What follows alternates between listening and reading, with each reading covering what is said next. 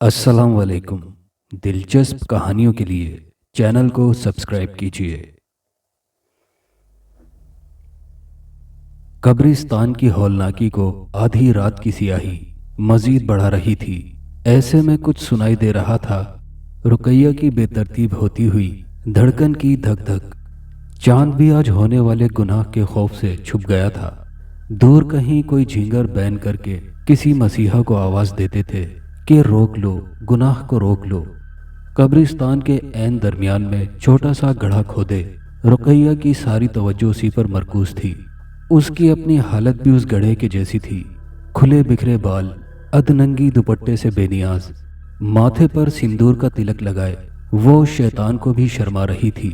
اس کے عین سامنے ایک نومولود اپنی بے بسی اور انجام سے بے خبر میٹھی نیند میں فرشتوں کے ساتھ جھول رہا تھا۔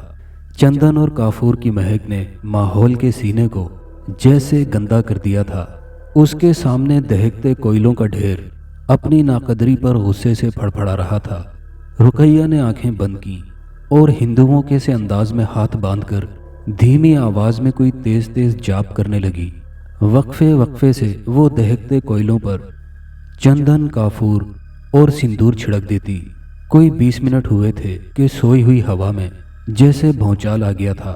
کتوں کے بھونکنے کی آواز کسی ڈھول کے زور زور سے پیٹے جانے کی طرح چاروں اطراف میں زہر پھیلا رہی تھی۔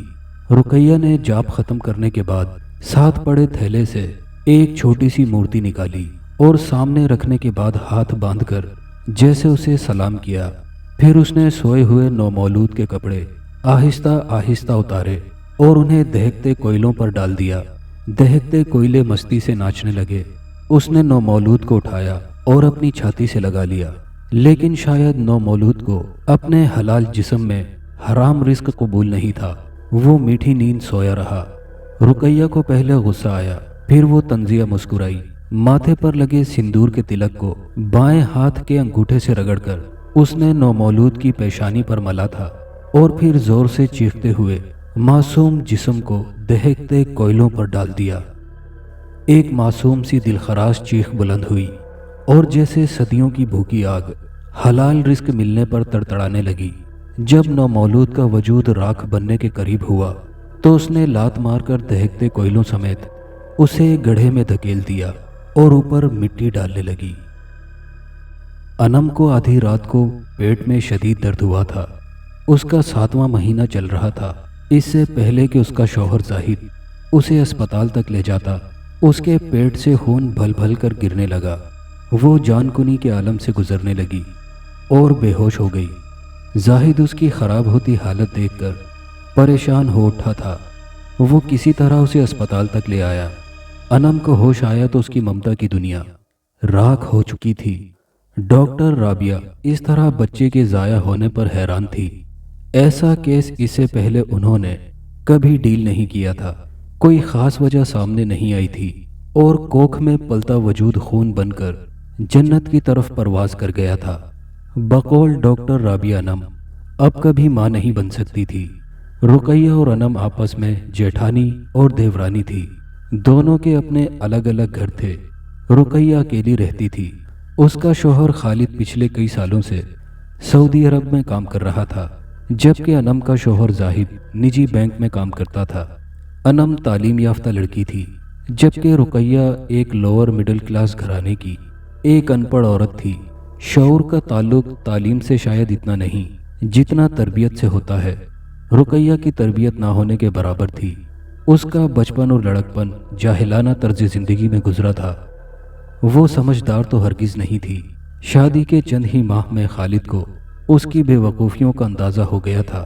وہ اس سے اتنا بیزار رہنے لگا کہ اس نے ملک ہی چھوڑ دیا۔ شادی کے دوسرے سال ہی رقیہ کو علم ہوا کہ وہ بانجھ ہے۔ کچھ عرصے تو وہ روتی دھوتی رہی، پھر وہ پیروں فقیروں کے چکر کاٹنے لگی۔ دنیا جہان کے دم تعویذ اس نے استعمال کر کے دیکھ لیے تھے۔ وہ اولاد کے لیے ترسنے اور تڑپنے لگی تھی۔ اس کی تڑپ دن بدن دیوانگی بنتی جا رہی تھی۔ ایک طرف بے اولادی، دوسری طرف شوہر کی دوری اور بے اعتنائی۔ وہ پاگل سی ہو جاتی، اور جب انم کو ماں بننے کی نوید ملی تو وہ جیسے ذہنی طور پر مفلوج ہو گئی۔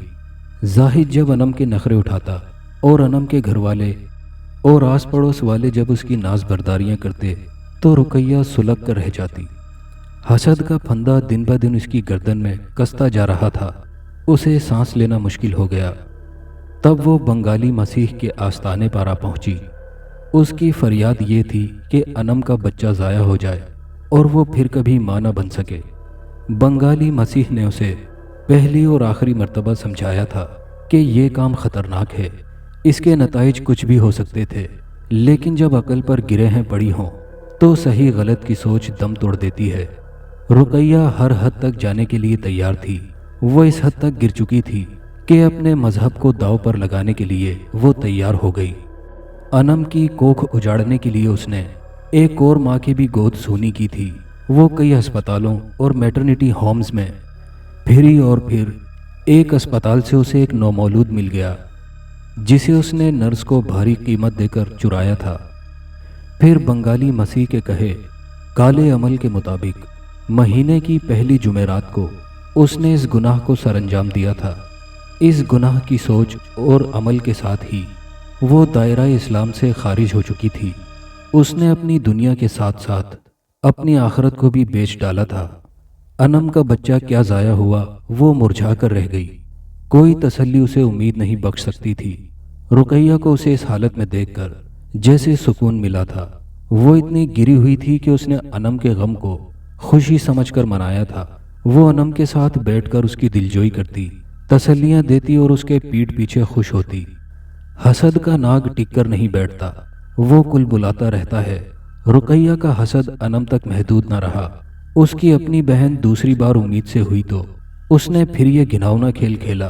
شیطان ہر گناہ میں لذت کے کٹورے بھر بھر کر انسان کو بہکاوے دیتا ہے۔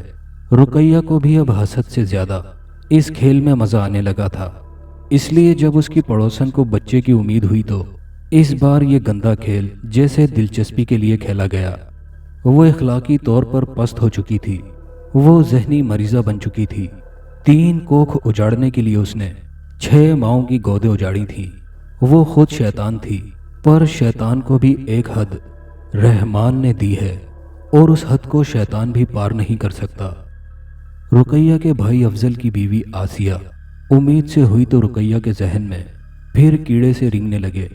وہ پھر بنگالی مسیح کے پاس جا پہنچی۔ اس بار بھی بنگالی مسیح نے اسے سمجھایا کہ یہ شیطانی عمل ایک بار کے لیے مخصوص ہوتا ہے۔ وہ 3 بار یہ عمل دہرا چکی تھی اور اب چوتھی بار اس کے لیے یہ رسک ہو سکتا تھا۔ لیکن اس بار بھی رقیہ نے بنگالی مسیح کو بھاری رقم دے کر خاموش کر دیا تھا۔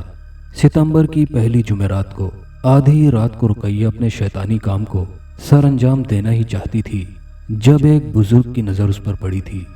بارش بزرگ قبرستان سے کچھ ہی فاصلے پر بنی مسجد میں تبلیغی جماعت کے دورے پر آئے ہوئے تھے۔ وہ تہجد کی نیت سے اٹھے تھے کہ دل میں آیا کہ قبرستان جا کر دعا کر آئیں۔ بزرگ نے رقیہ کو ایک نومولود کو کوئلوں پر پھینکتے دیکھا تو وہیں سے ضعیف آواز میں چلائے تھے۔ آدھی رات کو قبرستان کے دل چیر دینے والے سناٹے میں جب رقیہ نے ایک باروب ضعیف آواز، پہلی بار اس کا دل اور ہاتھ کانپے۔ بچہ اس کے ہاتھ سے چھوٹا اور دہکتے کوئلوں میں گرنے کی بجائے سیدھا گڑھے میں جا گرا۔ اس کی چیخیں قبرستان کے سناٹے کو چیرنے لگیں۔ عمل کے ادھورا رہ جانے کا اثر تھا، شاید کہ رقیہ کے گال پر کسی نے زوردار تھپڑ مارا تھا۔ رقیہ ڈر کے بھاگ کھڑی ہوئی۔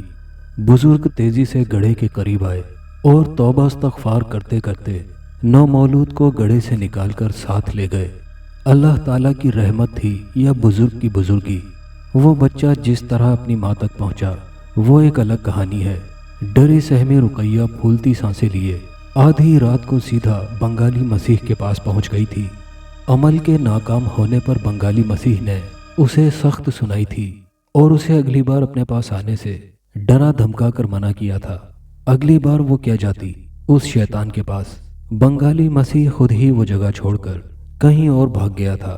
کوئی مہینہ بھر ہی گزرا تھا کہ رقیہ کی حالت عجیب سی ہونے لگی۔ اس کا دل بے چین سا رہنے لگا، کبھی کبھار اس کا دم سا گھٹنے لگتا۔ وہ اکثر بے وجہ رونے لگ جاتی اور پھر روئے جاتی۔ رات رات بھر وہ جاگتی رہتی لیکن اسے نیند نہ آتی۔ اس کے جسم میں کھجلی سی شروع ہو جاتی۔ وہ پاگلوں کی طرح بدن کھجاتے کھجاتے تھک جاتی، پر اسے آرام نہ آتا۔ کچھ عرصے بعد اس کے جسم پر پھوڑے نکلنا شروع ہو گئے۔ پھوڑے پیپ سے بھرنے لگے اور پھر ان پھوڑوں کے اندر کیڑے پیدا ہونے لگے۔ عجیب بات تھی کہ اس کے ساتھ یہ سب کچھ ہو رہا تھا، لیکن وہ علاج کی غرض سے کسی ڈاکٹر کے پاس نہ جاتی تھی۔ اس کا دیور دیورانی اور آس پاس کے لوگ اسے سمجھا سمجھا کر تھک جاتے، لیکن جیسے وہ سنتی ہی نہیں تھی۔ وہ بولتے رہتے اور رقیہ انہیں گمسم سی تکتی رہتی۔ لوگوں نے اسے اس کے حال پر چھوڑ دیا۔ پہلے وہ کبھی کبھار نماز پڑھ لیتی تھی، لیکن اب اسے سجدے کا خیال ہی نہ آتا، توبہ کا خیال بھی نہ آتا۔ اس سے توبہ، دعا، دوا سب کی توفیق چھین لی گئی تھی۔ اس کی حسیات سو چکی تھی۔ اسے یہ احساس ہی نہ ہوتا کہ وہ کسی گناہ کی مرتکب ہوئی ہے۔ اس کا جسم جگہ جگہ سے گلنے لگ گیا۔ اب وہ اکثر انم، اپنی بھابھی اور اپنی پڑوسن کے پاس جاتی اور فخر سے انہیں بتا کر ہنستی جاتی کہ اس نے ان کی کوکھ اجاڑی ہے۔ جانے خدا کی کیا مصلحت تھی کہ اس کی خراب حالت اور لبوں سے نکلی سچائی کو وہ لوگ تسلیم نہ کرتے۔ وہ اسے پاگل سمجھتے۔ بغیر دوپٹے کے وہ ادننگی گلیوں بازاروں میں پھرا کرتی، بھوک پیاس سردی گرمی ہر چیز سے جیسے وہ بے نیاز ہو چکی تھی۔ اس کے شوہر کو خبر کر دی گئی تھی، لیکن وہ تب بھی واپس نہیں آیا تھا۔ پھر رقیہ کہیں کھو گئی، کسی کو اس کی خبر نہ ہوئی کہ وہ کہاں چلی گئی۔ کوئی سال بھر بعد شہر سے قدرے باہر ایک گندے پانی کے جوہڑ کے قریب پڑے کچرے کے ڈھیر پر اس کی آدھی ادھوری لاش ملی تھی۔ گلی سڑی اور جانوروں کی خوراک بنی وہ لاش جانے کب سے وہاں پڑی تھی۔ یہ بھی انسانیت کی بے حسی تھی کہ اس کی لاش کو کسی نے ہاتھ نہ لگایا، نہ اسے کفن نصیب ہوا۔ یہ انجام تھا اس عورت کا جس نے اللہ کی مصلحت پر صبر سے کام لینے کی بجائے حسد اور شیطان کی پیروی کی، اس حد تک کہ اپنے مذہب، دنیا آخرت سب کو تیاگ دیا۔ کاش انسان وقت گزرنے سے پہلے سنبھل جائے۔ دوستو، یہ کہانی کیسی لگی؟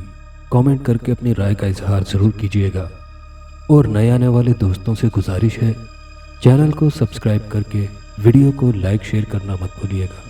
شکریہ۔